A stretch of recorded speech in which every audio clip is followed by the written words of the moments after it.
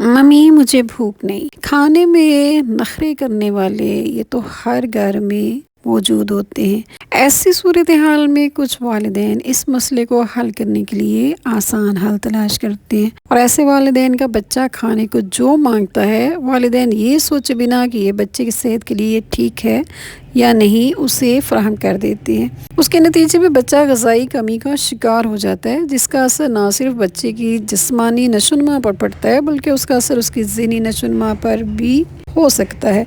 दस्तरखान पर बच्चों को अपने साथ खाना खिलाने की आदत डालना बहुत ज़रूरी है। इसके अलावा क्योंकि देखा गया है कि बच्चा वही करता है कि जो कि वालिदैन करते हैं, इसी वजह से उसको भी वही खिलाएं जो आप खुद खाना पसंद करते हैं। और सेहत के लिए ज़रूरी होता है कि बच्चे को खाना खाने की तरफ राग़िब करने के तरीके ढूंढे जाएं। नंबर 2, कोशिश करें कि बच्चा दोपहर और ख़ास तौर पे रात के खाना खाने से पहले बाहर बाज़ार की कोई चीज़ ना खाए। देखा गया है कि खाना खाने से पहले कुछ ना कुछ बाज़ार से ख़रीद कर गैर सेहतमंद खाना अगर बच्चा खा चुका हो, तो जैसे बच्चे का पेट तो भर चुका होता है, तो ऐन खाने के टाइम पे बच्चा टाल मटोल से काम लेता है। नंबर 3, बच्चे की पसंद का ख्याल रखें। हमेशा खाना बनाते वक्त कुछ ना कुछ ऐसा ज़रूर बनाएं जो बच्चे खाना पसंद करते हों।